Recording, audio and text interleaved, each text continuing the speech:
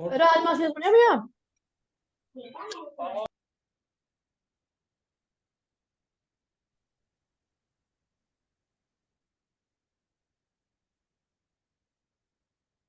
प्रणाम सभी लोगों को। मैं वैद्य अरविंद पाठक पुणे महाराष्ट्र से आप सभी लोग का स्वागत करता हूं। सभी लोगों को कोटि कोटि प्रणाम करता हूं। आइए आज हम लोग वातरक्त पे बात करेंगे। चरक चिकित्सा में अगर हम लोग देखेंगे, वातरक्त जो है वो चिकित्सा स्थान अध्याय 29 में बताया गया है। सुश्रुत संहिता में निदान स्थान अध्याय 1 में बताया गया है।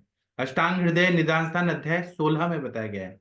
माधव निदान में अध्याय 23 में बताया गया है। तो वातरक्त की परिभाषा चक्रपाणि दत्त जी ने क्या बताया है कि वात रक्ताभ्याम जनितो व्याधि ही वात रक्तम।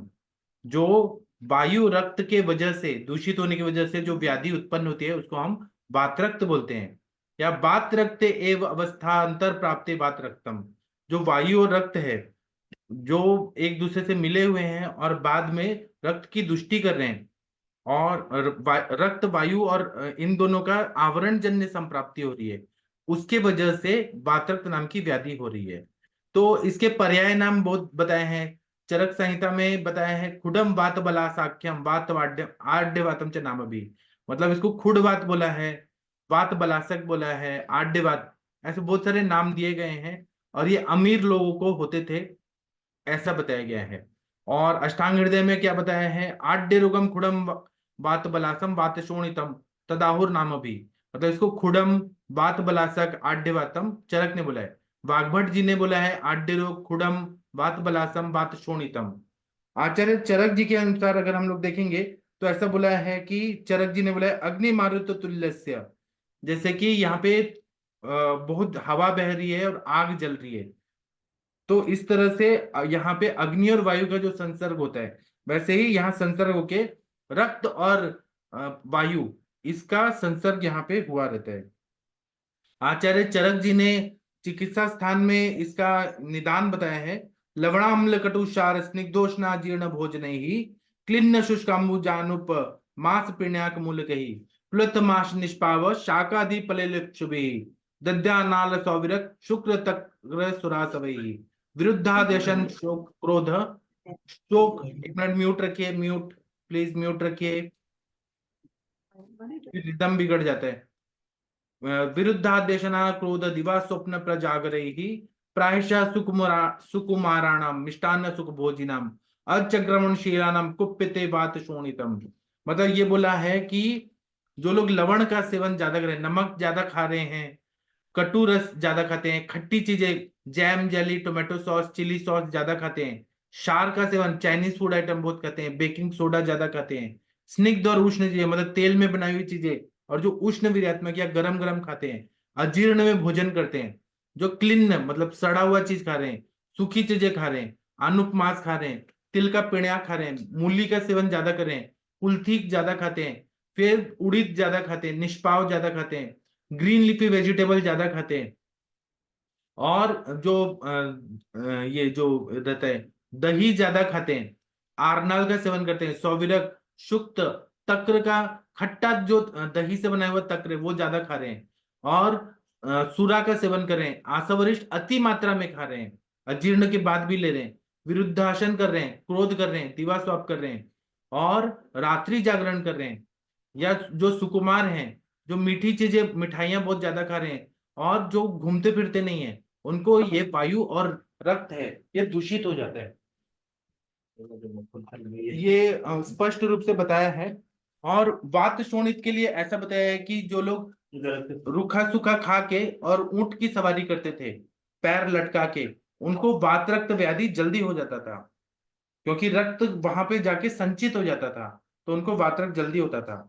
वातरक के भेद जो है चरक संहिता में दो टाइप के बताए हैं, उत्तान वातरक और गंभीर वातरक। जो सुपरफिशियल होता है, त्वग मांस आश्रय में रहता है, उसको हम लोग उत्तान वातरक बोलते हैं। जो मज्जा अस्थि डीप धातुओं में जाता है उसको हम गंभीर वातरक कहते हैं। शारंगर जी ने तो और सब टाइप किया हुआ है। जैसे कि शारंदर जी बोलते हैं वातज पित्तज रक्तज कफज वात पित्तज वात कफज पित्त कफज और त्रिदोषज, 8 टाइप के बताए हैं। चरकाचार्य जी ने उत्तान वात्रक, गंभीर वात्रक या उभयाश्रित वात्रक ऐसा बताया है।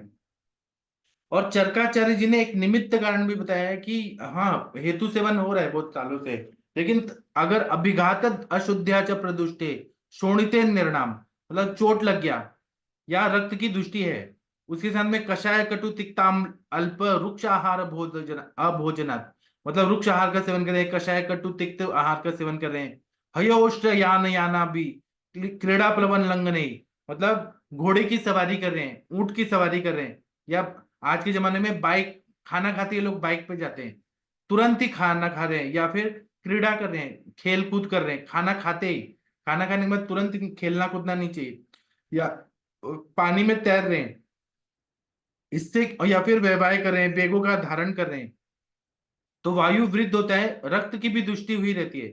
इस तरह से आवरण होता है रक्त का वायु पे, वायु का रक्त पे, जैसे कि प्याज होता है, अनियन देखेंगे तो एक के ऊपर एक लेयर रहता है, उसी तरह से वायु का रक्त पे, रक्त का वायु पे, से बार बार लेयर पे लेयर, लेयर पे लेयर ऐसे करके आवरण जन्य संप्राप्ति हो जाती है।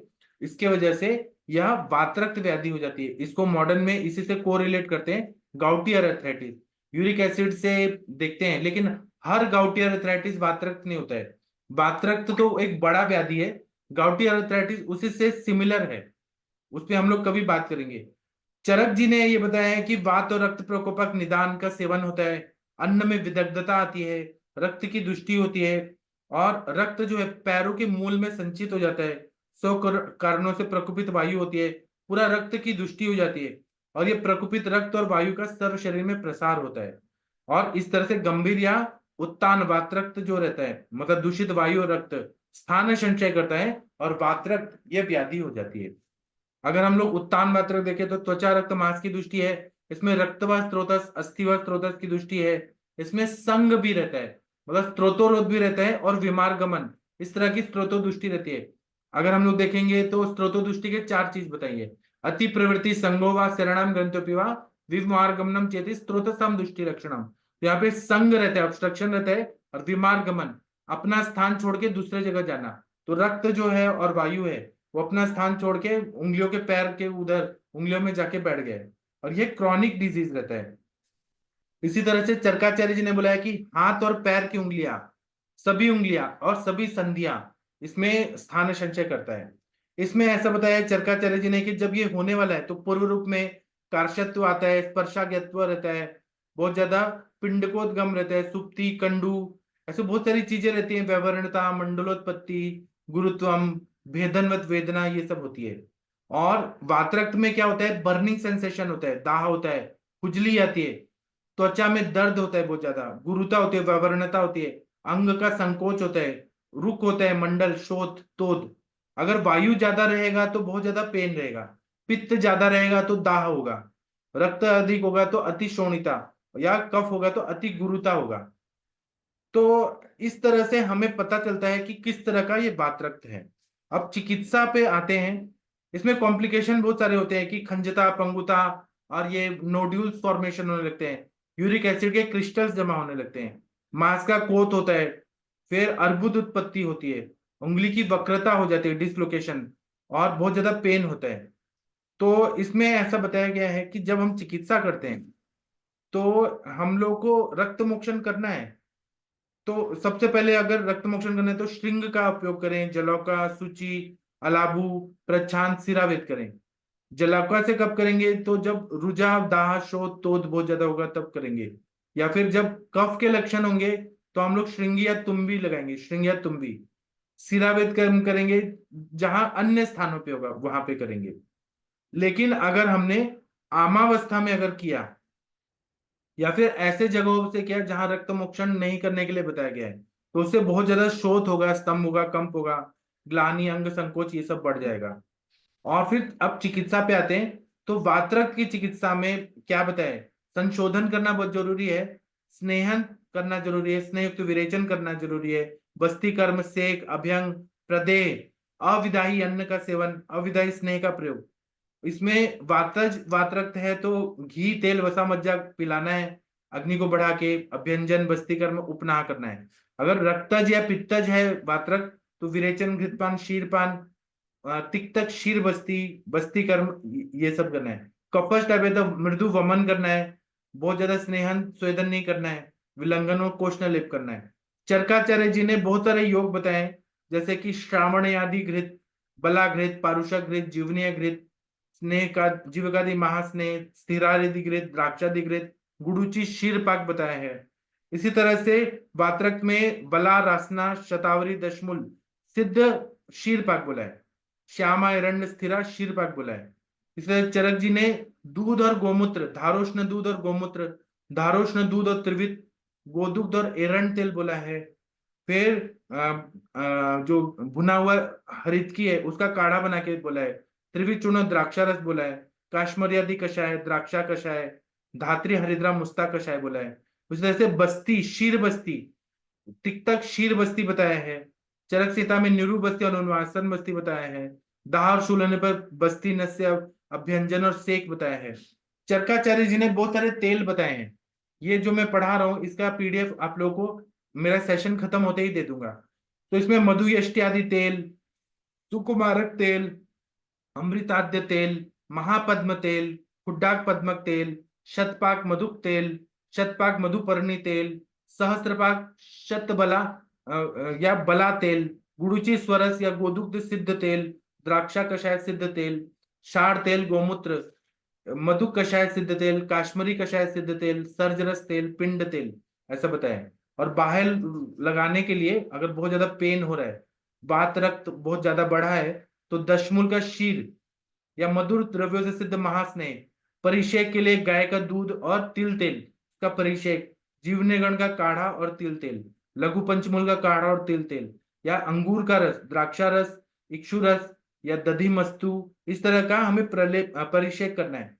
मधुक आदि लेप, तिल आदि लेप, प्रपौंडरक आदि लेप, ऐसे बोला है। इसी तरह से वात प्रधान अगर बात रखते हैं, केवल पेन है, बहुत ज्यादा सीवियर पेन है और ड्राइनेस होता है, तो वातज्ञ द्रव्यों से निर्मित उपनाह बताया। सहचर मूल जीवंती, अजादुग से निर्मित लेप बताए हैं। भ्रष्ट तिल, और तिल को भून के और बकरी के दूध में पीस कर लेप लगाने को बोला है। एरंड का फल लेना है और दूध में पीस कर लेप लगाने को बोला है। इसी तरह से घृत बताया, पद्मकादि घृत, सर्षपादि लेप, कपित्थादि लेप, इस तरह से बताया है। इसी तरह से इसमें कफ और मेदनाशक उपाय जैसे एक्सरसाइज बोला है। गोमूत्र का पान बताया है, तक्र सेवन, शोधन कर्म, विरेचन कर्म, हरितकी का प्रयोग, अरिष्ट का प्रयोग, जो आसवरिष्ट होते हैं वो बोला है। इस तरह से पीपल का वृक्ष का काढ़ा बना के, पंचांग का पीपल का जो वृक्ष होता है, बोधि वृक्ष, उसका काढ़ा और मधु के साथ देने के लिए बोला है। इस तरह से पुराना जौ, गेहूं, सिद्धू, अरिष्ट, तुरा, आसव, शिलाजतु, गुगुल और माक्षिक, इसका प्रयोग बताया है। अगर अवस्था बहुत ज्यादा आती है कि ये बहुत ज्यादा बढ़ गया है, यूरिक एसिड के क्रिस्टल्स आ गए हैं, डिपोजिट, तो भेदन कर्म, शोधन कर्म, रोपण कर्म, ऐसा बताया है। गंभीर वातरक्त में बताया, वातरक्त की चिकित्सा करते समय मतलब बाह्य आलेपन, अभ्यंग, परिषेक, उपनाह, विरेचन, निरुबस्ती और स्नेहपान बोला है। इसी तरह से भेषज रत्नावली अगर देखते हैं, उसमें शंपक आदि कषाय एरंड तेल के साथ, पटोल आदि कषाय, एरंड आदि कषाय, कोकिलाक्ष आदि कषाय पिपली चूर्ण के साथ, नव कार्षिक कषाय, सिंहास्य आदि कषाय, एरंड तेल, शुद्ध हिंगू, सिंधा नमक के साथ, फिर पीपल का कषाय मधु के साथ, त्रिवित्त आदि कषाय, गुड़ुची कषाय घी के साथ, गुड़ुची कषाय गुड़ के साथ, गुड़ुची कषाय शर्करा के साथ, गुड़ुची कषाय मधु के साथ, मतलब गुड़ुची का बहुत प्रयोग है, गुड़ुची कषाय शुंठी चूर्ण के साथ, फिर वासादि कषाय एरंड तेल के साथ, अमृतादि कल्क मधु और गोमूत्र के साथ, अमृतादि कषाय, वत्सादनी कषाय शुद्ध गुगुल के साथ, निम्बादि चूर्ण, गुड़ुची कषाय, इस तरह से बहुत सारे चीजें बताई हैं। जैसे कि भैषज रत्नावली में वात रक्तांतक रस, शद्दोदघृत, फिर गधी का जो दूध होता है, आविक दूध, वो बोला है। गोधूम और अजादुग्ध और अजाघृत का लेप बोला है।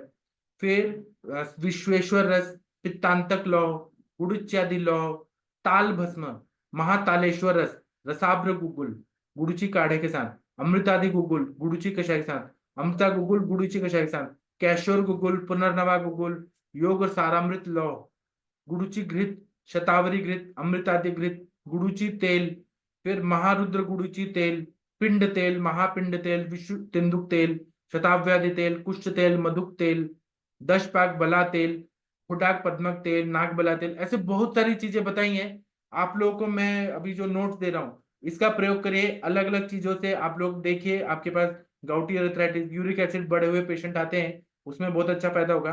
खाने के लिए गाय का गेहूं देना है, गाय का दूध देना है।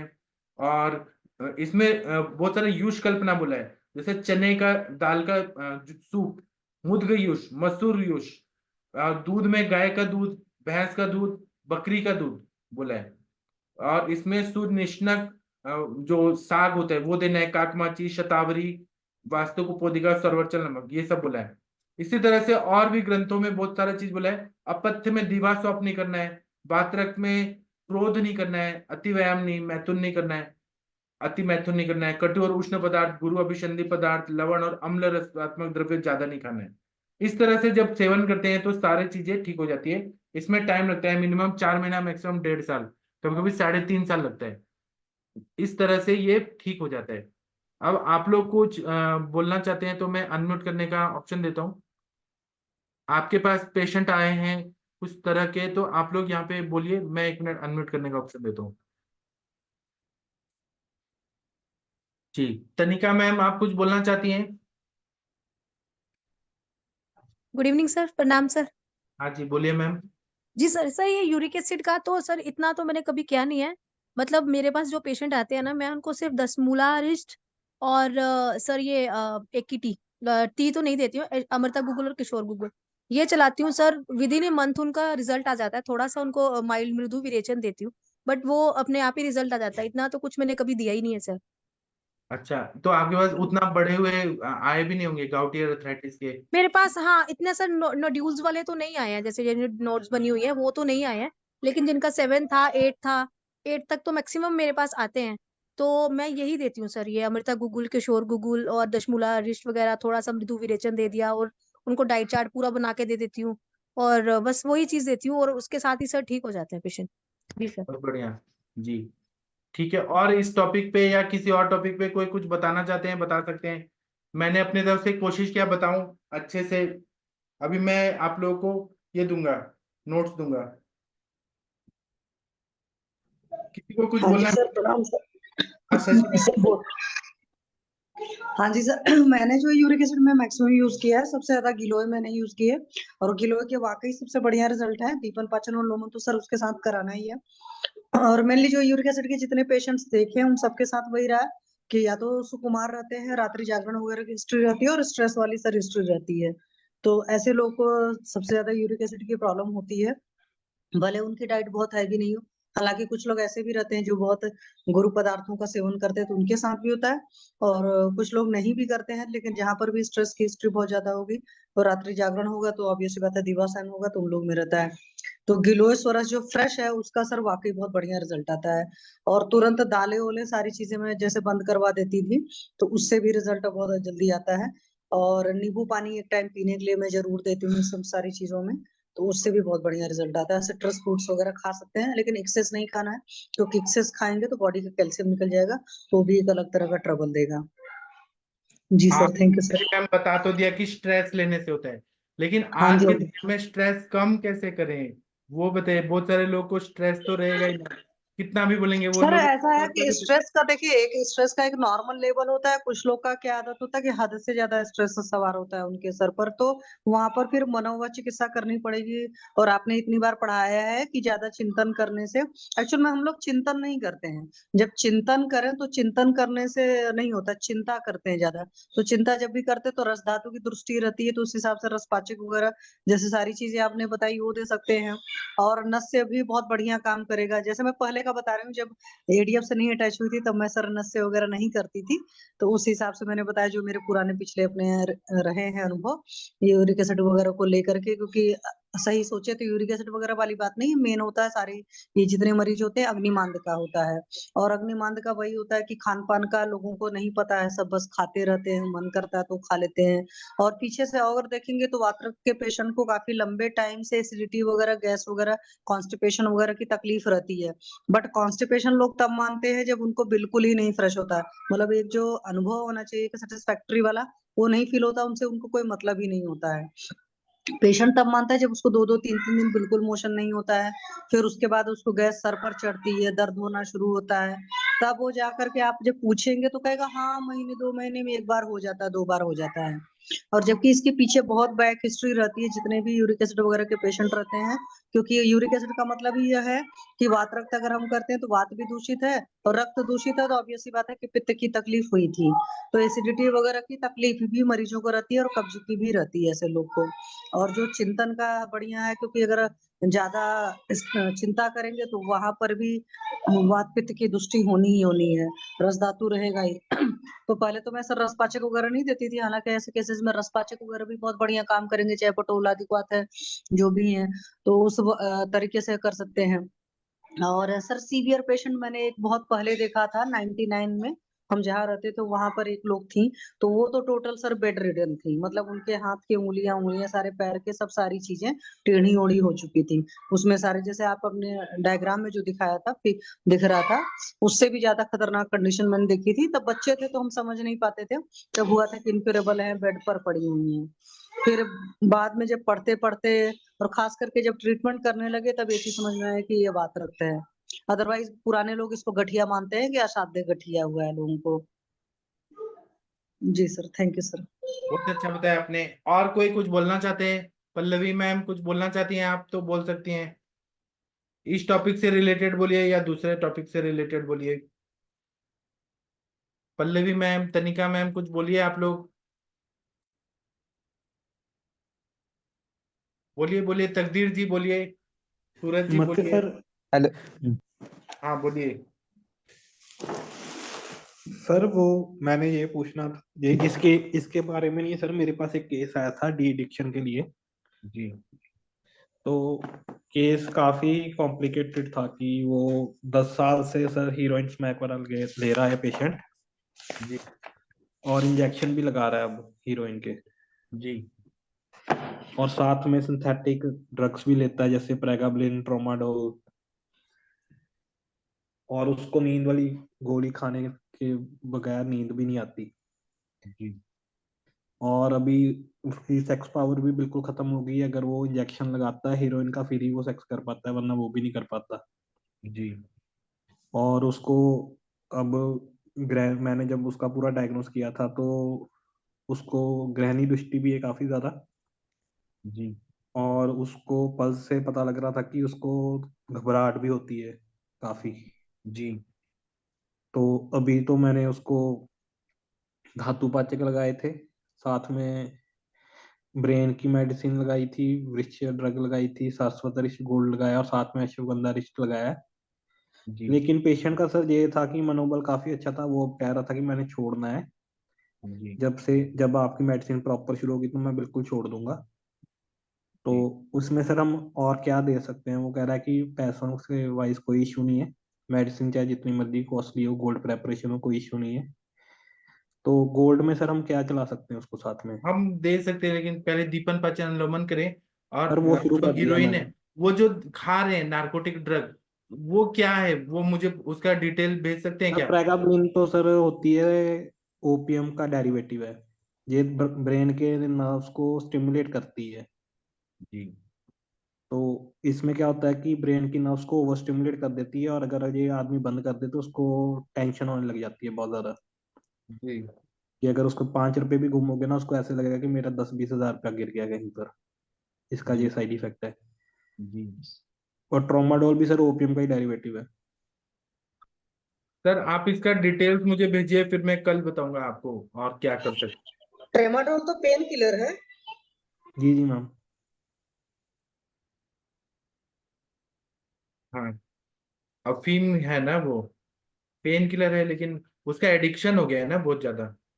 वो तो मैं सर इस पे। कहते हैं कि अगर तो हाँ। यहाँ तो वो दिन में इंजेक्शन लगाएगा हीरोइन का, अगर अच्छा नहीं मिला तो फिर वो प्रेगाब्लिन या ट्रोमाडोल की 4-4 गोलियां दिन में 4 बार खाता है, अच्छा और नींद की भी एक गोली रात को खाता ही है। अच्छा। आप ये थोड़ा मुझे डिटेल भेजिए, मैं पढ़ के आपको बताऊंगा। ठीक है सर। हाँ, पेशेंट का अगर पॉसिबल है तो फोटो भी भेजिए, थोड़ा स्टडी करके मैं बताऊंगा तो ज्यादा अच्छे से बता पाऊंगा। ये सर कुछ ज्यादा नहीं, 27 ही है। लेकिन मनोबल नहीं, काफी अच्छा था। इसी केस के बारे में थोड़ा डिटेल में मेरे को भेजेंगे तो मैं बता पाऊंगा, ये बोल रहा हूँ। जी जी सर ठीक है। हाँ, वैसे आपने क्या क्या दिया है इनके लिए? सर अभी तो मैंने दीपन पाचन के लिए सर, तो अभी तो रसपाचक और रक्तपाचक, रोग्यवर्णीवटी हाँ और ब्रह्मीवटी, हाँ सरस्वती रिष्ट विद गोल्ड और अश्वगंधा रिष्ट, हाँ, ये दिया है सर अभी। ठीक है। लेकिन वो जो डी एडिक्शन करना है उनका, उसके लिए मैं आपको अच्छे से बता पाऊंगा। आप जी मुझे सर, डिटेल भेजिए, फिर मैं बताऊंगा। क्योंकि सर वो प्रेगाब्लिन का तो मैंने और ट्रोमाडोल का तो अभी वैसे मैंने छुड़वाया है। अश्वगंधा रिष्ट और सरस्वती रिष्ट से ही काफी अच्छा रिजल्ट मिल जाता है। हाँ लेकिन ये हीरोइन वाला सर, क्योंकि हीरोइन वाला भी एक आधा किया तो है डी एडिक्शन, लेकिन इंजेक्शन वाला कभी नहीं आया आज तक, और इसको 10 साल हो गए इंजेक्शन लगाते को। अच्छा, ठीक है, मैं बताऊंगा आपको। ठीक है सर। थोड़ा डिटेल भेजिए तो मैं पढ़ के सोच के बताऊंगा। ठीक है सर। ठीक है, थैंक यू। और किसी को कुछ बताना है तो बताइए। डॉक्टर दिव्या जी, तनिका मैम, पूजा मैम, कुछ बोलिए। Good evening sir. हाँ जी। आपने अपनी बच्ची को दिया क्या, जो आप पूछ रही थी उस दिन? नहीं सर, अभी सर कुछ नहीं फिलहाल के लिए। अभी उसका सर वो स्पोर्ट्स कंपटीशन चल रहा है, तो वो अभी she is a state player of in skating sir. तो अरे वाह। हाँ जी, जी। तो वो अभी उसका वही चल रहा है, तो 17 तक वही चलेगा सर। तो अभी तक तो कुछ नहीं करूंगी सर। अच्छा, ठीक है। तो सर सर एक केस है। वो लेडी है, 49 ईयर ओल्ड की है। जी और सर वो अभी जब मेरे पास आई थी तो उनका ना एचबी सर 7 या यही रहता है, 7.2। पर क्यों रहता है सर? उनकी जो मतलब उनका जो मेंसेस है ना, अभी शायद उनका वो मीनोपॉज वाला पीरियड चल रहा है। तो उनको बहुत हैवी ब्लीडिंग होती है सर। जी तो अल्ट्रासाउंड वगैरह उन्होंने करवाया, तो सब कुछ नॉर्मल था, कुछ ऐसा कोई कॉम्प्लिकेशन नहीं थी सर। जी तो वही उसने डॉक्टर ने, गायनोकोलॉजिस्ट ने उसको बोला है कि अभी तुम्हारा मेनोपॉज चल रहा है, तो ये कभी हैवी होगी और कभी कम होगी। लेकिन उसका क्या है कि उसकी हैवी ब्लीडिंग के कारण उसको अनीमिया हो जाता है, फिर उसको इतनी वीकनेस होती है, फिर चल नहीं पाती है। जी। तो जी सर, तो अभी सर मैंने अभी उसको दीपन पाचन से ही स्टार्ट किया है। तो वही सर अभी क्या सर, अभी स्तंभक औषधियाँ दूं सर उसको? हाँ, मैं बताऊंगा, लेकिन हाँ। आपके केस में और लोग बोले तो ज्यादा अच्छा रहेगा। हनुमंत राय जी, अगर आपने सुना है तो तनिका मैम के केस में थोड़ा हेल्प करिए सर। शशि मैम कुछ बोलिए, बीना मैम, इनका केस सुना आप लोगों ने? पल्लव, हाँ हाँ जी सर, सुना तो पूरा सही से नहीं सुन पाई मैम, अगर रिपीट करेंगे तो बेटर एक रहेगा बार प्लीज। तनिका ma'am ma'am ma'am repeat ma'am करिए। वो मेनोपॉजल एक्चुअली उसका मेनोपॉज पीरियड चल रहा है, 49 ईयर ओल्ड लेडी है। तो क्या हम्म होता है उसका मैम, उसको मंथली जो मेंसेस आते हैं मैम, बहुत हैवी पीरियड्स आते हैं उसको। हम्म। तो तो उसको मैम मतलब एक तो उसका इसमें पित्त शामक चिकित्सा करनी पड़ेगी, सीधी सी बात है। अगर हैवी ब्लीडिंग हो रही है तो जी इसमें जी पित्त जी। और वात का शमन भी, क्योंकि ये वात की वजह से ये चीजें मूव करती हैं, है ना। तो हम्म। इसमें दशमूला रिस्ट तो दीजिए, क्योंकि मेनोपॉजल लेडीज के लिए दशमूला रिस्ट बहुत बढ़िया काम करता है। और साथ हम्म। में मैम उसका कब्ज वगैरह की जो भी हिस्ट्री है वो पूछिए, नहीं क्या मैम, गैस ऐसा ऐसा एसिडिटी भी उसकी वगैरह। हिस्ट्री कुछ नहीं है। उसकी हिस्ट्री एक्चुअली वही है कि उसके दोनों बेटे हैं, दोनों बेटे उसके बाहर हैं। वो अकेली है हम्म। और हस्बैंड भी सारा दिन बाहर चला जाता है, तो स्ट्रेस फैक्टर ज्यादा है, वो हाँ मैंने तो उसके मैम देखो, स्ट्रेस में भी करके। चिंतन जब करते हो ना, तो जो लोग भी स्ट्रेस का होगा उनका रात्रि जागरण वगैरह का भी होगा, वक्त बेवक्त का सोना भी होगा, बेवक्त का खाना पीना भी होगा, क्योंकि ऐसे लोग कुछ हद से ज्यादा परेशान रहते हैं। तो क्योंकि हाँ, अगर खाना रात्रि थोड़ा सा जागरण है होगा मैम, तो खाने का चक्कर हाँ है तो कि खाने पर ध्यान नहीं देती है वो। हाँ तो वात पित्त तो वैसे ही प्रकोपित हो गए। सिंपल सा समझ लीजिए आप, एक तरीके से समझो त्रिदोषात्मक चिकित्सा तो करनी है। तो आप इनको कामदूधा वगैरह की प्रिपरेशन, मुक्ति आप सुक्ति वगैरह इनको जो क्या पित्त करिए, शामक जितने। कामदूधा तो दीजिए, लेकिन आप ना पुष्यानक चूर्ण तन क्या दीजिए। हाँ, और कुर्जा रिस्ट के ग्रंथिरज साथ दे फॉर्मूला देना। है, ग्रंथिरज फॉर्मूला दे दीजिए। बोलबद रस, प्रद्रांतक लव, प्रद्रांतक रस ऐसे दे दीजिए। और अशोका रिष्ट चलाइए, और फलगृत दे दीजिए, और हो सके तो बस्ती दे दीजिए मैम, बस्ती से फायदा होगा। बाकी शशि मैम आप कंटिन्यू करिए। शशि मैम, हाँ जी सर। तो ये मैम बताइए। ऐसे केसेस में ना, एक तो नस से अगर आप करेंगी तो नस से बहुत बढ़िया रिजल्ट आएगा। शुरुआत में षटबिंदु तेल वगैरह या कोई शोधन नस से कर दीजिए 1 वीक तक, और उसमें स्नेहन स्वेदन करके करना है। स्नेहन स्वेदन का मतलब होता है सिंपल, जैसे ऑयल फेस पर लगा दीजिए और उसके बाद गर्म तौलिया में पानी भिगा करके ना, आंख को छोड़कर एक और रीजन पर उसी से स्वेदन कर देना। वो तो ये सिंपल तरीका है, इसमें कुछ इंस्ट्रूमेंट वगैरह की जरूरत नहीं है जैसे आपको। और उसके बाद जब आप नस से देंगी और 1 वीक लगातार दीजिएगा, तो इस नशे का रिजल्ट आएगा जाएगा। तो नस सिर्फ 2 जगह काम करेगा बहुत बढ़िया। एक तो आपका स्ट्रेस पर काम करेगा, मतलब शिरोगत में भी काम करेगा, और जो भी पीरियड वाला होता है हाइपोथैलेमो पिट्यूटरी ओवेरियन एक्सिस अगर आप समझोगे तो वहां से काम करेगा। यूट्रस इटसेल्फ पृथ्वी धातु को रिप्रेजेंट करता है, और गंध गुण भी मतलब जो नासा है वो भी वहां से। तो नस से करके आपको ओवरऑल हर जगह काम करेगा। तो एक तो नस से कराइए, दूसरा मैम उसको नाभि पूरण भी कराइए। मैम कैस्टर ऑयल नस्य से नाभि नस्य पूरण किसका करा दूं? लीजिए, या हाँ जी मैम प्लीज। मैम नस्य नस्य किसका दूं? इसका अणु तेल या षडबिंदु तेल का ही चलेगा, जो शीर वाला तेल या कुछ भी शुरुआत में मतलब? आप षडबिंदु तेल दे दो, क्योंकि वो हम्म, शोधन नस से होता है। बाद में आप अणु तेल या सर का क्षीर वाला तेल का दे देना, लेकिन शुरुआत में शोधन नस से दे दो। सर के पास भी जैसे वो है क्षौत तेल है, तो वो भी शोधन नस है। तो शुरुआत में शोधन नस से ही करना है, और बाद में शमन नस से करना है। ठीक है मैम। तो जी नस से मैम। दीजिए, नाभि पूरण कराइए, और ये सारी चीजें कराइए, आ जाएगा। और जैसे सर ने कहा पुष्यानु चूर्ण पुर्जा रिस्ट के साथ चला दीजिए। मैम ठीक है। किसके साथ चलाऊं? और पुष्यानुचूरण किसके साथ चलाना है? कुर्जा रिस्ट के साथ चला दीजिए, नहीं कुटजारिस्ट ना, हाँ पुष्यानुक कुटजारिस्ट। तंडुलोदक के साथ देंगी तो वहां पर भी बहुत बढ़िया काम करेगा। क्योंकि पुष्यानुक चूर्ण जो होता है ना, जो भी प्रदर टाइप की हिस्ट्री होती है जिसमें एक्सेस फ्लो होता है, तो उन सारे जगह बहुत बढ़िया काम करता है। मैम यस, बोलबद रस मैंने चलाया है, नागकेशर चूर्ण भी उनको चलाया हुआ है। और अच्छा, तो नाग हाँ जी, केसर हाँ जी। चूर्ण से तो आ जाता है मैम। नाग केसर चूर्ण अगर 3 ग्राम बीडी चला दो तो उसी हम्म, से ही रिजल्ट आ जाते हैं। हाँ जी मैम, अभी मेरे पास कल आई है मैम, तो आज मैंने कल ही चला दिया था उसको। तो हम्म। ये मैम मैंने चला दिए हुए हैं। और दूसरी मैम, सर वस्ती किस चीज की दूं मैं उनको? फिक्स की वस्ती दूं कि चंदन वाला सिंपल? लाक्षादी तेल की मैम दे दो मात्रा, बस्ती बहुत बढ़िया काम करती है। ठीक है, ठीक है। और कितने दिन मैम दूंगी? 7-8 दिन चलेगा? जहाँ हाँ, बस्ती दे सकती है। मात्रा बस्ती देना है तो मात्रा बस्ती में तो ज्यादा तीन सोचना चार उचना महीना नहीं चलाइए होता है। मैम, 3-4 महीना, 3-4 महीना। सर पेशेंट लेते नहीं है ना सर, यहाँ पे आप बड़ी उनको गड़बड़ बोले हो रही खुद है। के घर पे लो, खुद लो। और उनको डराइए कि वो आज पूनम पांडे जी का डेथ हो गया, 30 हाँ ये। सर्वाइकल कैंसर से। अगर वो आयुर्वेदिक डॉक्टर के पास आती तो हम लोग मरने नहीं देते उनको।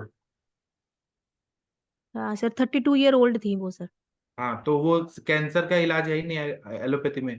हम लोग तो योनि पिचू रखते, जात्यादि तेल का। हम लोग पूरा दीपन पाचन अनुलोमन करते, तो कैसे मृत्यु होती। में कभी कभी दुष्ट व्रण होता है, वो कैंसर नहीं होता है, दुष्ट व्रण रहता है। तो ऐसे ही लोग मर रहे हैं, कैसे भी मर रहे हैं कम एज में। तो आप उनको थोड़ा डराइए कि आप ध्यान नहीं देंगे तो आपको तकलीफ होगा। तड़प तड़प के क्यों रहना है। इसलिए आपको 3 महीना, 3 साइकिल तक तो करना है। 3 महीना करना है तो कंट्रोल हो जाएगा। और मेनोपॉजल एज है, हार्मोनल इम्बैलेंस ऐसे ही है उनके शरीर में इतना ज्यादा। जी। तो उनको बोले, और ये हो रहा है मतलब शरीर में वायु बिगड़ा हुआ है, पित्त भी बढ़ा हुआ है, आर्तवस स्त्रोतस भी बिगड़ा हुआ है। उनको डायग्राम बना के बताइए, यहाँ पे वायु जाके प्रेशर निकाल के वो निकाल रहा है। तो अभी आपको जल्दी बूढ़ा हो जाएंगे आप। तो आप तड़प तड़प के रहेंगे बहुत ज्यादा, बुढ़ापा का सारा फिर आपका पेन करेगा, ज्वाइंट पेन होगा, खून की कमी होगी। ऐसे उनको डराइए तो आपकी सब बात मानेंगे। डराने का मतलब ये है कि सच्चाई बताइए उनको कि उनको क्या जी क्या जी। तकलीफ हो सकता है। ठीक है सर, ठीक है, मैं ये बात करती हूँ। और उनको जी सर। घृत कल्पना दीजिए, फल घृत या दाढ़ी मादी घृत ऐसे, क्योंकि खून की कमी है तो उनको तो घृत चाहिए ही ना। रक्त बढ़ाना है हमें। रस पाचक, रक्त पाचक, ताप्य दिलो, नवायस लो, पुष्प धनवा रस, ये सब देना है हमको। हाँ स्त्री जी रस। सर। सर ये धात्री रोग वगैरह नवाइस लो सर, ये सब कुछ स्टार्ट किया है। पुष्यनग नहीं किया है मैं। पुष्यनग अभी नेक्स्ट वीक आएगी तो मैं कर दूंगी स्टार्ट। हाँ जी। जी सर। Thank you sir. आप बहुत अच्छी पवित्र आत्मा है मैम, तनिका मैम, शशि मैम। आप लोग कितना अच्छे से बताए, डिस्कस किए। ऐसा लगता है कि आप लोगों में साक्षात धन्वंतरी भगवान है। नहीं सर, आपसे सीख रहे हैं सर, आयुर्वेद अभी मतलब स्टार्ट किया है सीखना सर, और आप ही से सर सीख रहे हैं अभी तो। जी ठीक है मैम, थैंक यू मैम। हाँ, और कोई कुछ बताना चाहते हैं? महेंद्र सर, पल्लवी प्रणाम मैम, सर। जागृत। हाँ जी बोलिए। सर मुझे केस पूछना है सर। सर। सर लेडी है सर, 62 ईयर ओल्ड।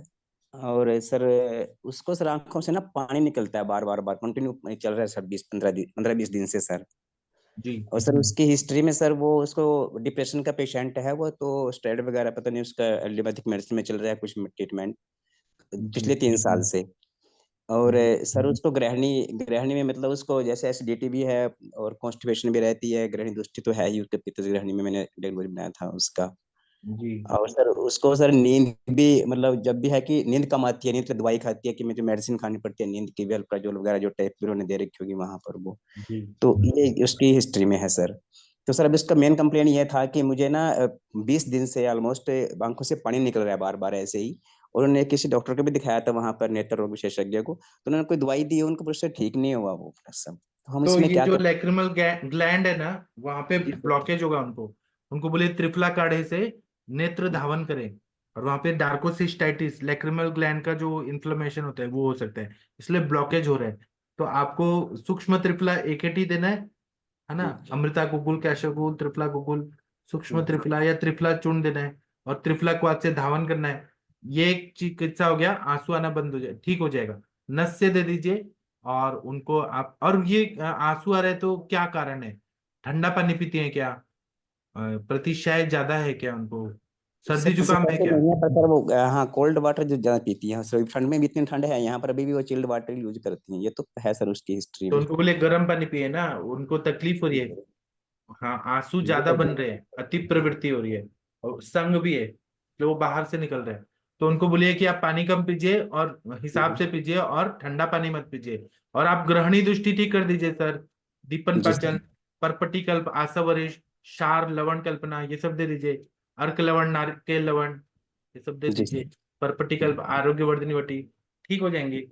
मिनिमम तीन सर चार महीना आपको लगेगा, मैक्सिमम 1.5 साल। सर उसको आंख में डालने के लिए सर सिर्फ जस्ट एक मतलब हमने क्वाथ से इसको वॉश कराना है और कुछ नहीं डालना आंख में। नहीं, उसी से हो जाएगा सर। Okay sir. जी सर। आप इतना करिए, तो अगर नहीं होगा तो हम सर और सर नस्य में भी फायदा होगा ना कि ये जो आई नोज और थ्रोट ये एक ही हाँ जी। पाथवे में है।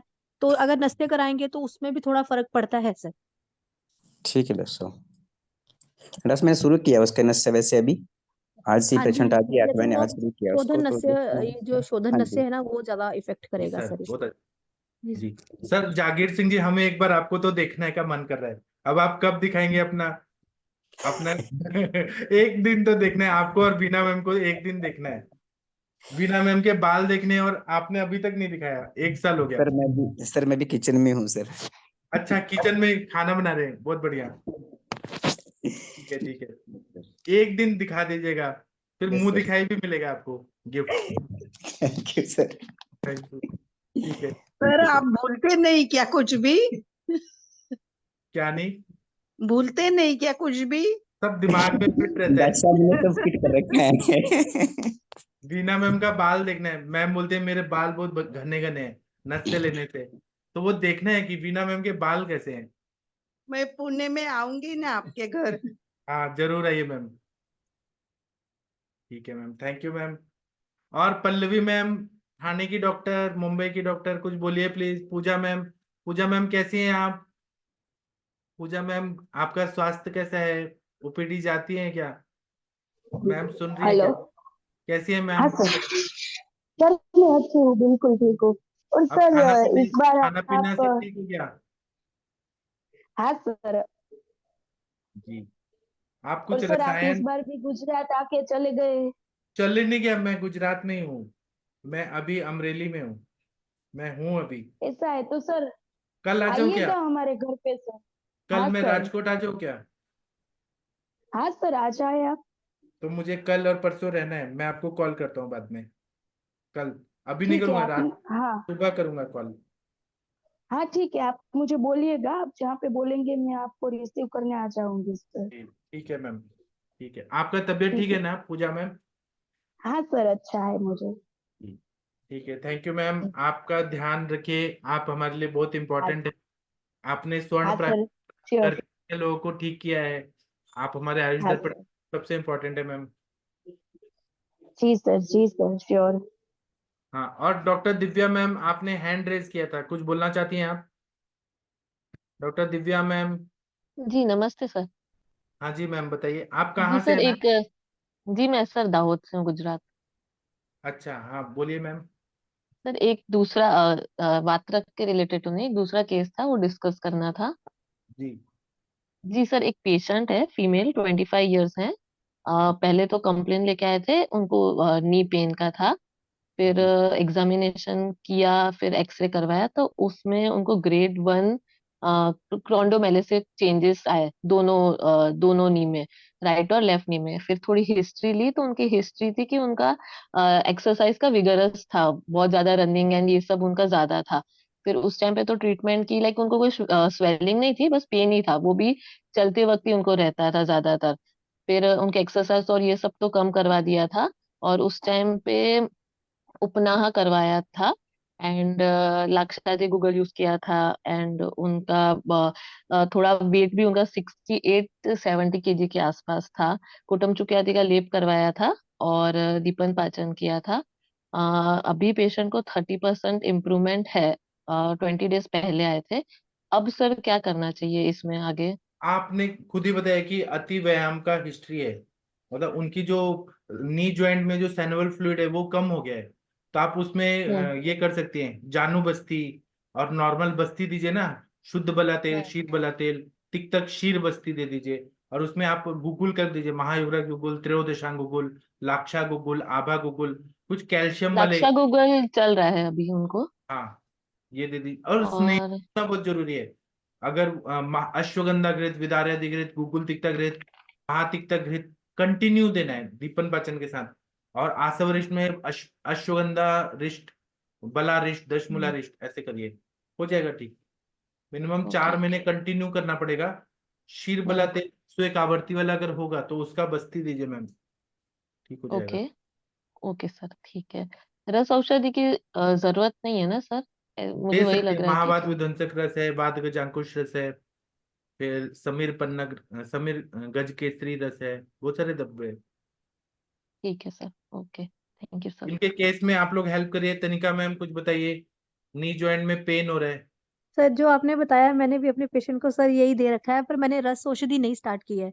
और मैं क्या क्या जानू दिया बस आपने, क्या सर क्या ये दिया? मैंने उनको पहले हिंगवाष्टक चूर्ण चलाया है, साथ में सर उनको गुगुल तिक्त घृत दिया हुआ है, आभा आदि गुगुल दिया है, लाक्षा आदि गुगुल दिया हुआ है सर। और साथ में आरोग्यवर्धिनी वटी दी हुई है। और साथ में सर डेली अभी उनकी जानू बस्ती स्टार्ट करी हुई है। 15 डेज हो गए हैं। और अभी उनको कॉन्टिन्यूसली बोला है, उनका एक्चुअली बिल्कुल ही गैप खत्म हो गया हुआ है सर।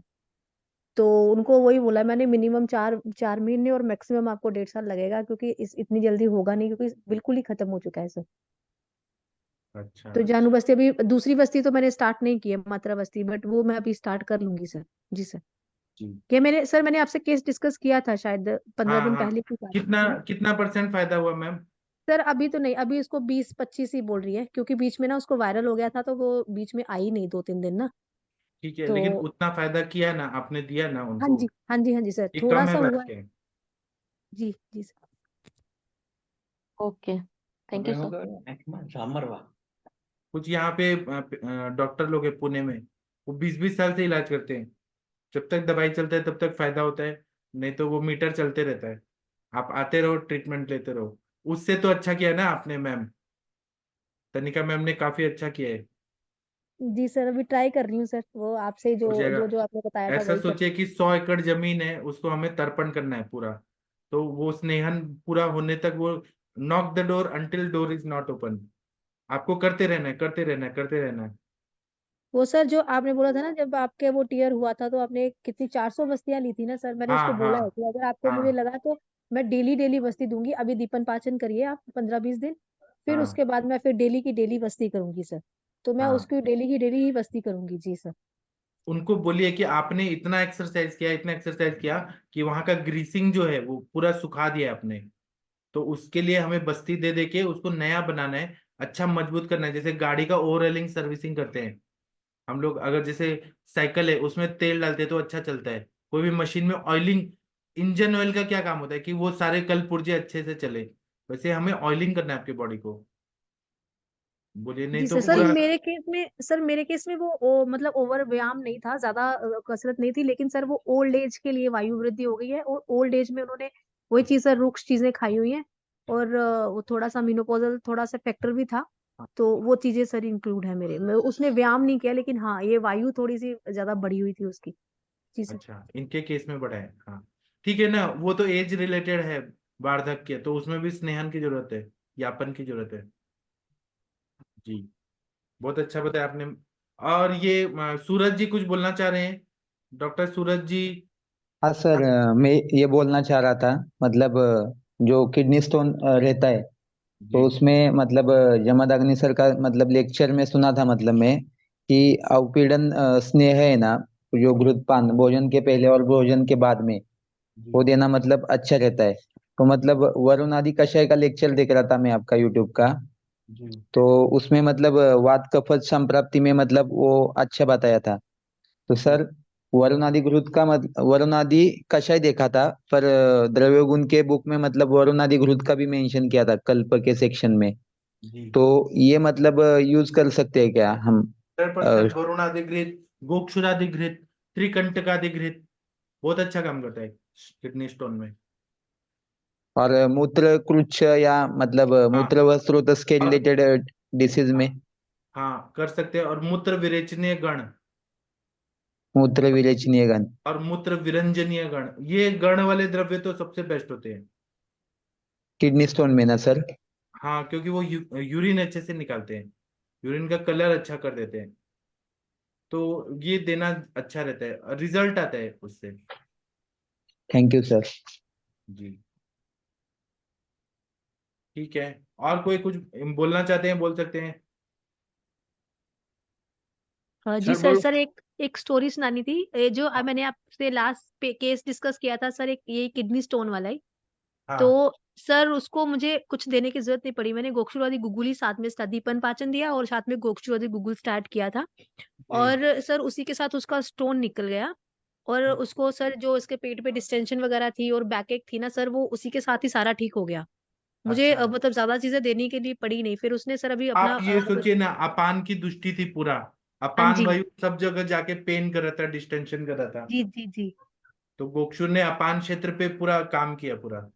जी तो सर वो अभी मतलब इतना वो खुश है जो सर, ये वो बंदा है जिसने वो अटल टनल बनाई है। अच्छा। हाँ जी। और फिर अभी सर उसका उसने अपने बेटे को और एक और पेशेंट को भेजा मेरे पास कि क्योंकि उसको उसको 10-15 दिन में बहुत फायदा मिला। जी सर। अच्छा, जी अटल टनल उन्होंने बनाया है, इतना हाँ मेहनत जी, से। हाँ जी सर। सर वो हाँ वो थे उनका जो मेन होता है ना, जो ठेका वगैरह लेते हैं। हाँ तो वो कॉन्ट्रैक्टर। उन्होंने, हाँ जी हाँ जी, वो उन्होंने ली थी सर, कुलदीप आपके जी। पास तो इंटरनेशनल खिलाड़ी आते हैं, प्लेयर्स आते हैं। हाँ जी सर। सर एक्चुअली मेरे पास जो जो जिससे आपकी बात नहीं हुई थी, मोनिका मैम, जो अपने बेटे के हाँ लिए भी मेडिसिन लेंगी। तो हाँ तो सर वो एक्चुअली वो जो है ना, वो एक्चुअली गुड़गांव की सर, वो जो मेन उनका एनजीओ है, वो हेड है मतलब मेन। तो अच्छा। सर वो जितने पेशेंट वो है ना, वो ही भेजते हैं। और वो मतलब उनका जितना भी सर्कल है ना, वो ऐसे वाला ही सर्कल है। जी सर। और वो तमन्ना मैम कौन है? सर वो मेरी भाभी हैं एक्चुअली, जो अच्छा। आप, हाँ जी, उनके उनके बेटे का चल रहा है ना ट्रीटमेंट सर आपसे। हाँ जी जी। तो वही वही सर। तो जी सर। बहुत अच्छा मैम, बहुत अच्छा लगा। आप इतना आगे बढ़ रही हैं, एक दिन हमारे देश के प्रधानमंत्री, राष्ट्रपति, दूसरे देश के राष्ट्रपति, प्रधानमंत्री सब आने वाले हैं आपके पास। बस मन हेलो। लगा के काम करते रहिए और आगे बढ़ते रहिए मैम। जी सर। सर अभी तो बहुत कुछ सीखना है सर आपसे। जी sir. Thank you ma'am, thank you. Hello. Hello हाँ सर। सूरज जी बोलिए सर। हेलो सर, मतलब मैंने मतलब सुना था मतलब हमारे सर से कि जो शुद्ध राष्ट्रवादी को गुड़ है मतलब वो कुछ आम्ल धर्मीय रहता है। और जी ग्रीष्म ऋतु रहता है, मतलब ग्रीष्म ऋतु में किडनी स्टोन रिलेटेड पेशेंट बहुत आते हैं जनरली, क्योंकि हाँ उसमें रुक्षता बहुत बढ़ती है ना शरीर में। और जी अगर उसमें भी मूत्र अवरोध का हेतु रहा या पानी पीने का मतलब प्यास लगने पर भी पानी पीना कम रहा, तो मतलब वो प्रॉब्लम आता है मतलब अश्मरी का। तो जी उधर मतलब शुद्ध राष्ट्रवादी को गुड़ मतलब जी शुद्ध राष्ट्रवादी को गुड़ कैसा मतलब आम्ल है ना। जी तो सर ने बताया था कि ग्रीष्म ऋतु में ग्रीष्म ऋतु में मतलब वातावरण में क्षार धर्मीय उष्णता रहती है। तो बराबर। मतलब ये आम्ल और क्षार बैलेंस होके मतलब एक साथ होके मधुरत्व निर्माण होता है। जी और इससे मतलब ये स्पेसिफिक ग्रीष्म ऋतु में मतलब अच्छे से कार्य करता है मतलब ये श्वदराष्ट्रादि गुड़। तो सर बराबर। ये गोक्षुरादि गुड़ है मतलब इसका कोई मतलब ऐसा इंडिकेशन है क्या कि किसी सीजन में ही यूज करने का है या नहीं ऐसे नहीं है, हम लोग सब कर सकते हैं। अगर किडनी स्टोन हुआ है, मूत्रकृच्छता हुई है, बॉडी में कहीं ना कहीं मतलब आग्नेय तत्व बढ़ा हुआ है, तो हम हम्म। उसको बैलेंस करने के लिए हमें अम्ल धर्मी द्रव्य तो देना ही है, मूत्र द्रव्य देना ही है। इसलिए श्वदृष्टादि गुगुल गोक्षरादि गुगुल देना ही है आग्नेय तत्व को बैलेंस करने के लिए। जल तत्व और पृथ्वी तत्व प्रधान द्रव्य देना ही है हमें। और सर अगर मतलब स्टोन का पेशेंट हमारे पास मतलब अगर वर्षा ऋतु में आया, तो भी वर्षा देना ही है हमें, देना तो मेडिसिन सब में है। ग्रीष्म ऋतु में इसलिए देना है क्योंकि उसमें परस्पिरेशन पसीना ज्यादा आता है, तो पानी कम हो जाता है शरीर में, उसमें ज्यादा दिया जाता है। हाँ सर। हाँ। लेकिन ऐसा तो मतलब नहीं है कि हेमंत ऋतु में नहीं आता किडनी स्टोन का पेशेंट, शिशिर में नहीं आता, ऐसा तो है नहीं, वो तो कभी भी आ सकता है। तो सर फिर उधर मूत्रल की जगह मतलब ये द्रव कल्प दे सकते हैं क्या, गोक्षुरादि? तो वो मूत्रल द्रव्य ही है ना सर, उसको अम्ल धर्मी द्रव्य समझ के दे रहे हैं, लेकिन मूत्रल ही काम करेगा ना वो। हाँ सर। जी। बोलू सर। हाँ सर। सर मेरी सिस्टर है छोटी, 60 years old। अच्छा। वो उसको आंख में ग्लोकोमा हो गया। अभी है क्या वो इधर आपके पास? नहीं अभी नहीं है। ग्लूकोमा हो गया है सर? एक आंख तो ग्लोकोमा से 1 साल पहले चली गई। वो बोलती मैंने दिखाया, सर ने बोला इसमें तो अभी कुछ नहीं हो सकता। अभी ये दूसरी में दर्द होने लगा है और लाल हो गई है और कम दिखता है। बोला तो पानी निकालना, कोई खींचना पड़ेगा हाँ या तो ऑपरेशन करना पड़ेगा। हाँ, वो एक हमारे साथ आते थे जितेंद्र मिश्रा जी, आपको याद होगा, फरीदाबाद के हैं डॉक्टर।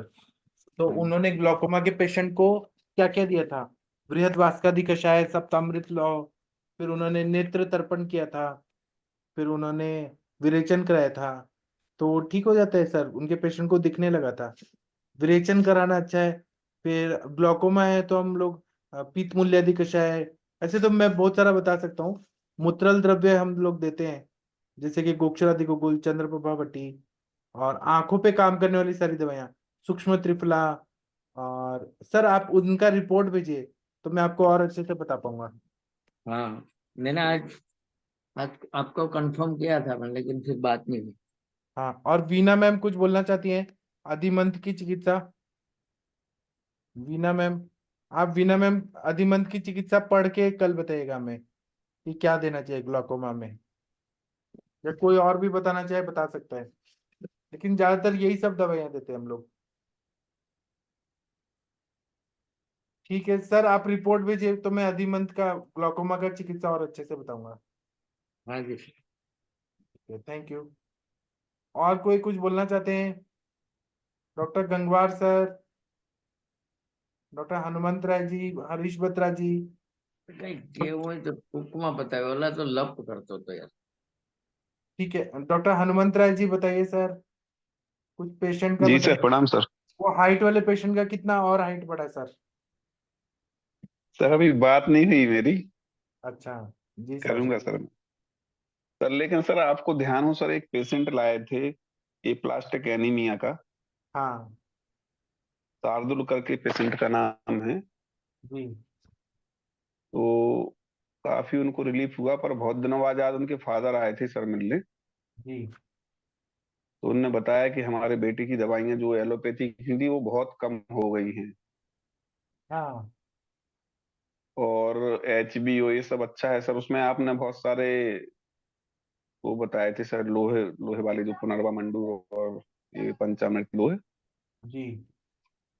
इस तरह की सर बहुत सारी 5-6 मेडिसिन बताई थी। तो उनने करीब करीब 7-8 महीने ली हैं सर वो मेडिसिन। 4 या 5 हजार रुपए की मेडिसिन पड़ती थी सर उनकी। तो अब वो आज आए थे तो बोले हमें आयुर्वेद पे विश्वास हो गया। वो खुद एक फार्मेसी कॉलेज चलाते हैं सर, अच्छा। और एम फार्मा, हाँ उनने एम फार्मा कर रखा है उनके पापा ने, और वो कॉलेज चलाते हैं यहाँ सागर में। अच्छा। तो आज वो मिलने आए थे तो सर बहुत अच्छा लगा, बहुत खुशी हुई जब उन्होंने बोला कि हमारे बेटे की बहुत कम दवाइयां हो गई, कम से कम लगभग बंद होने की कगार पे है एलोपैथी वाली। नहीं तो सर वो तो बोन मैरो ट्रांसप्लांट तक की सोचने लगे थे सर, माने डॉक्टरों के से। अच्छा। अभी सर लाऊंगा सर, एक आध दिन उनको संभाषा में लाऊंगा सर। लाइए सर। और सर अच्छा हुआ ना, किसी का भला हो गया आपके हाथों से, जी सर। धन्वंतरी जी भगवान सर, आपके नहीं बहुत शरीर में अच्छा, है। बहुत खुशी हुई सर जब जब उन्होंने बोला कि मुझे बहुत विश्वास हो गया आयुर्वेद पे, मेरा बेटा ठीक हो गया। जी। तो वो तो एलोपैथी वाले हैं, कॉलेज चला रहे हैं फार्मेसी का, पर उन्होंने जब ये बोला तो बोले हमें बहुत फेथ हो गया आयुर्वेद पे। जी। और सर मैं लाऊंगा आप सर और उनको प्रशांत डिबेट। भट्ट जी मतलब कितना आगे अच्छा नाम करें पूरा सागर में। प्रशांत भट्ट जी भी कितना मेहनत करते हैं, अच्छा आगे बढ़ रहे हैं, और आप भी कितना बढ़िया जी काम सर। करते हैं। जी सर। दिल खुश हो गया था सर जब उन्होंने बोला है कि आयुर्वेद का हमें बहुत फेथ है और मेरा बेटा और ठीक हो। आप सर इसी काम के लिए इस दुनिया में आए हैं, ये जन्म लिया है कि आपको जी लोगों को ठीक करना है। जी सर। जी सर, जी सर। ठीक है। और तनिका मैम, आपने कुछ पूछा था मेनोपॉज रिलेटेड, मैं आपको कुछ चीज बताता हूँ, आप लोग सुनिए, और शायद आप लोगों को मैं जो बताऊंगा उससे काम आएगा। कभी कभी क्या होता है, मेनोपॉजल सिंड्रोम होता है।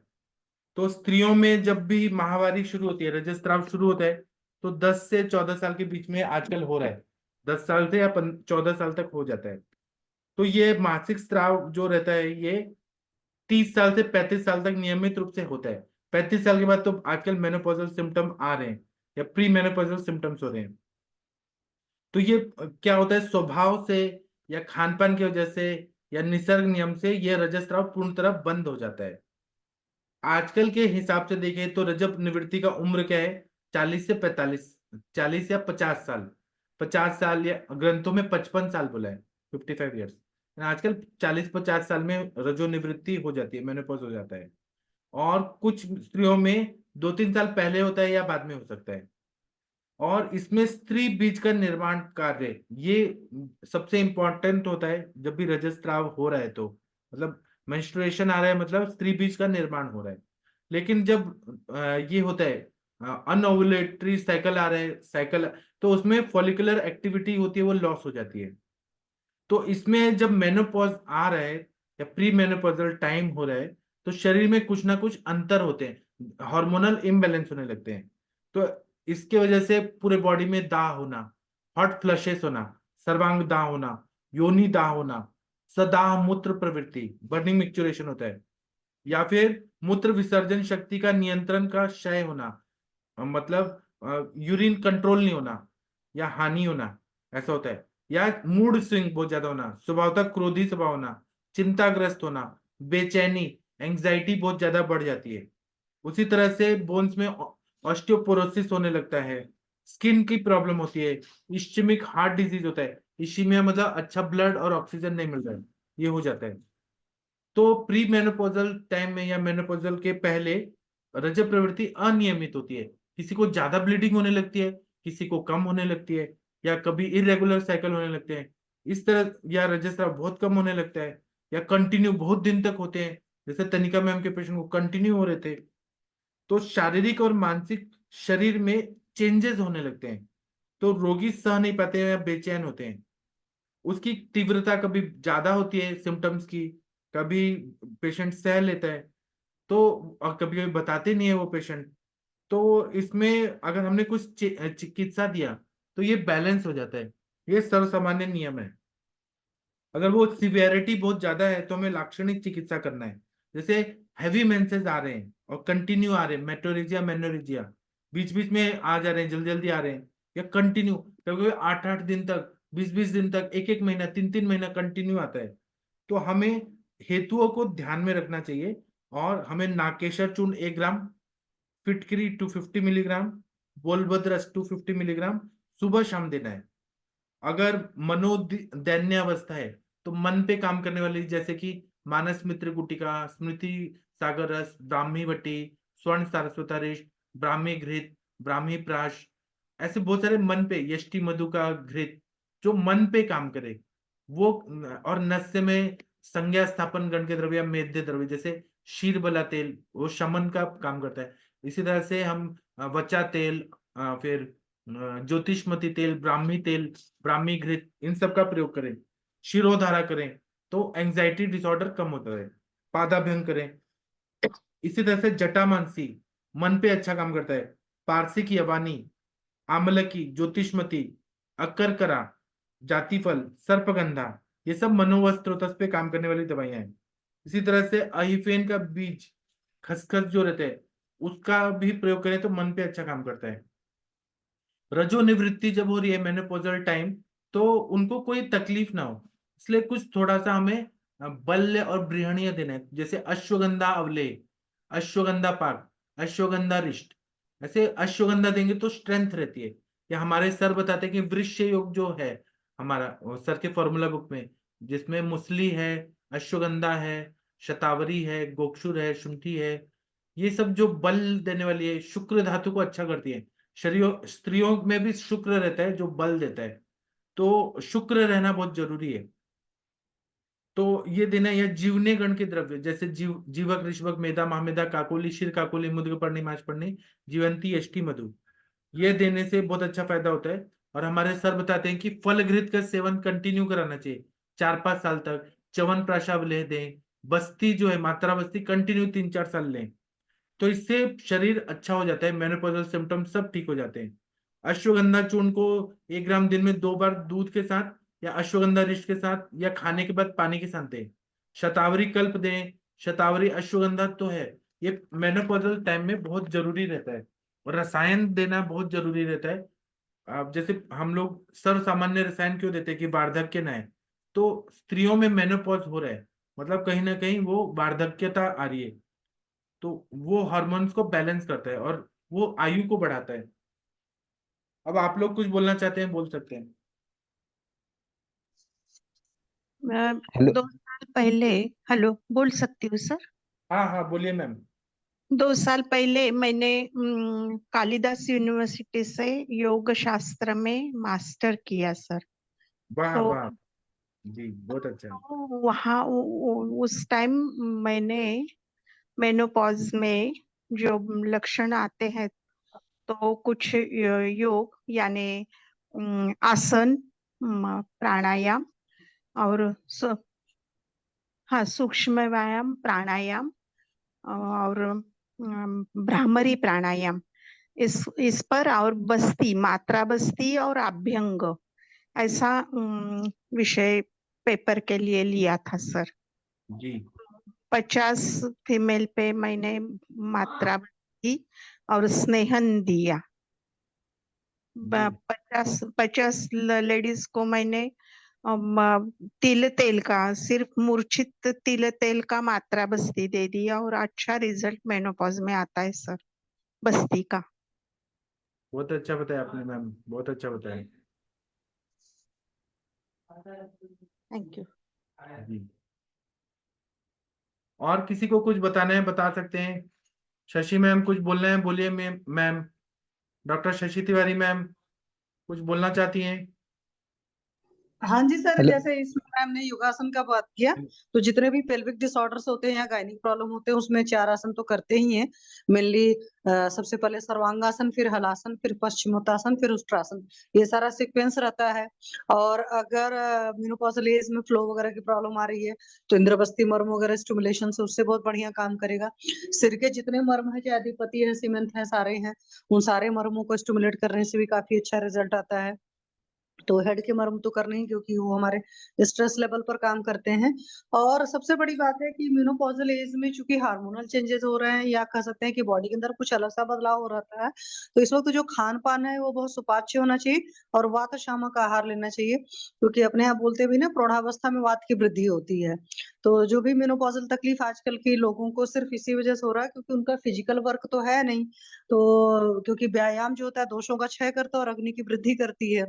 तो जब योगासन, प्राणायाम सारे चर्च करते हैं, जैसे भ्रामरी है, अनुलोम विलोम है, ओम का उच्चारण है, तो इन सब सारी चीजों का बहुत बढ़िया रिजल्ट आता है सर। जी सर, थैंक यू सर। बहुत अच्छा बताया आपने मैम, थैंक यू। और किसी को कुछ बोलना है तो बोलिए।